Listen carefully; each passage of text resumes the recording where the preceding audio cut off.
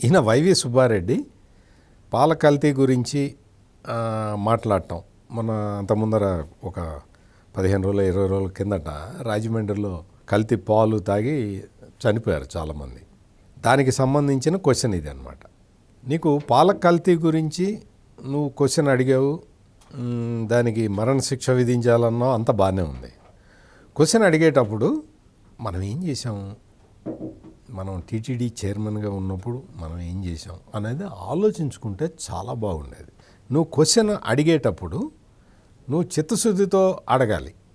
ఏదైనా సరే, నువ్వు రాజ్యసభలో కానీ లోక్సభలో కానీ. లోక్సభలో కూడా అంతకు ముందర ఈ పెద్దిరెడ్డి మిథున్ రెడ్డి ఇటువంటి వాళ్ళు చాలా అంటే వాళ్ళు ఏదో